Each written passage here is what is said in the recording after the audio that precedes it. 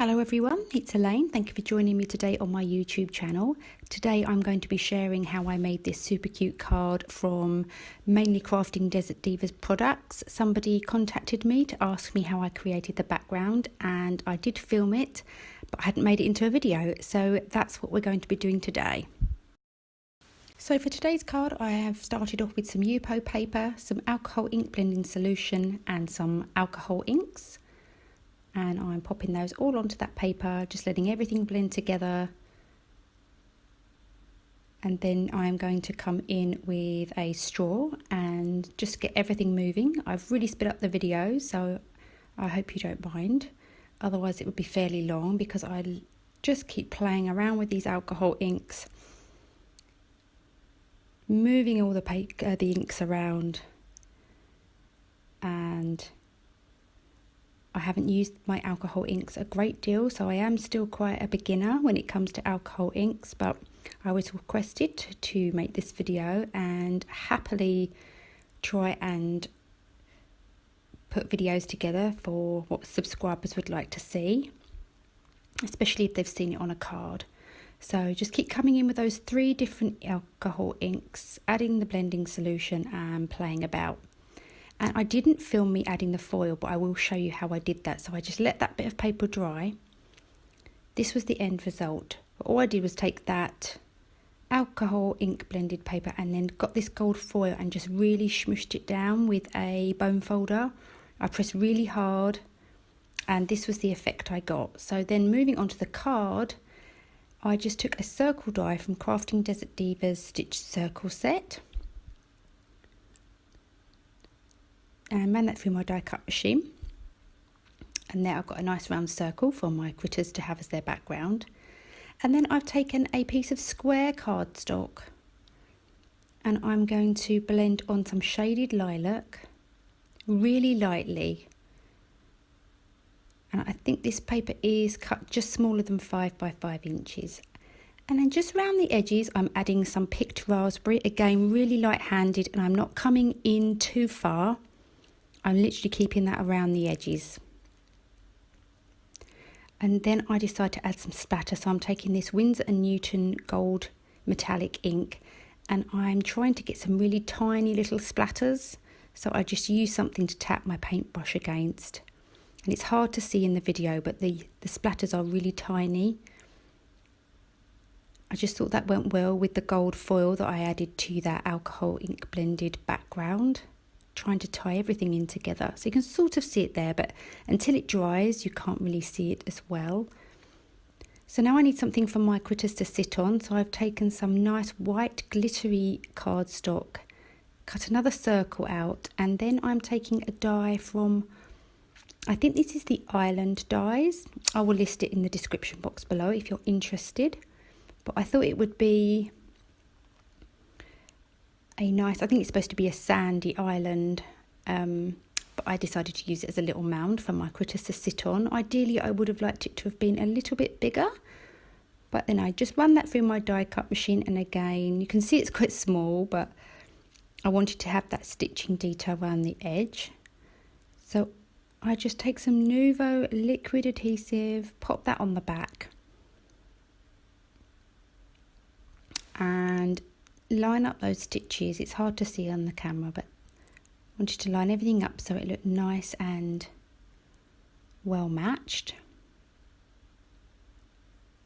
And then I pop some more glue on the back of that big round panel and put that onto the base. Secure that down.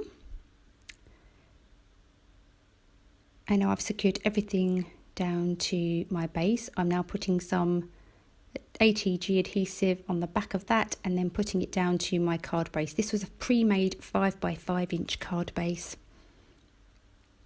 And now I can move on to my Copic Coloring. So I've stamped these little critters out onto some Copic friendly cardstock with some Memento Tuxedo black ink.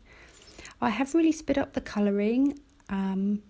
I wanted to keep most of it in because when I'm watching videos I like to see the colouring. You can skip forward if you'd like to. I'll pop that information on the screen. And I've listed all the colours I've used.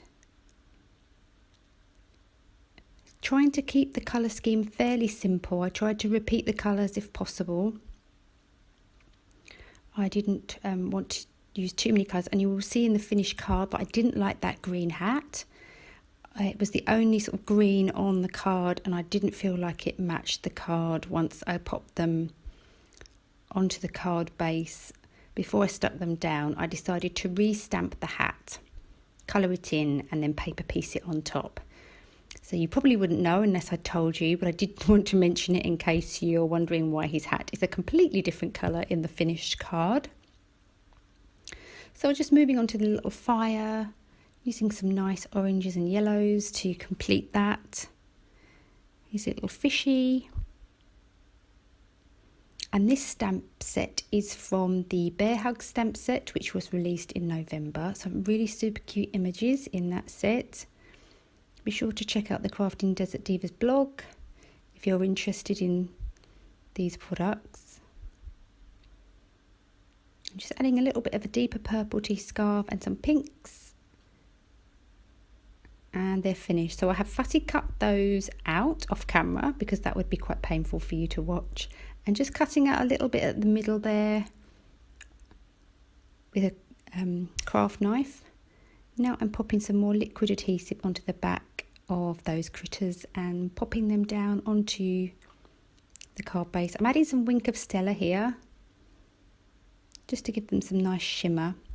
And then I can move on to my sentiment. So I've just taken some black cardstock, treated that with my anti-static powder tool, and then pop some Versamark ink onto my sentiment. I'm using the Polar Greetings from this set.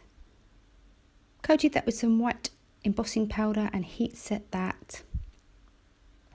And just trimming this down with my paper trimmer. I think the blades are a little bit blunt, so I do have to move my blade really slowly. Once I'm happy with that, I'm just going to trim it down into a flag, just working out where I want to put it first, then just sort of cut off one corner at a diagonal, pop some glue onto the back of that and secure it to my card. And I felt like this card could use a little something extra, so I took my Snowflake Flurry die from the Snowflake Border die set, also released in November, and I'm just using some more of that glittery white cardstock just to cut out the snowflakes. And I use a pokey tool just to poke out the snowflakes. And I repeat that process a few times so that I've got a few snowflakes to stick onto the card, like so. And then I just take a jewel picker, apply a few little dabs of liquid adhesive,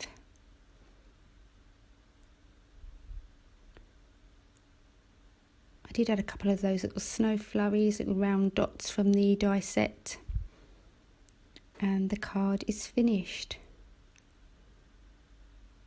I really hope you enjoyed that card process video. Thank you so much for watching. Please be sure to check back for more videos coming soon, and I look forward to seeing you all in the next video. Thanks for watching.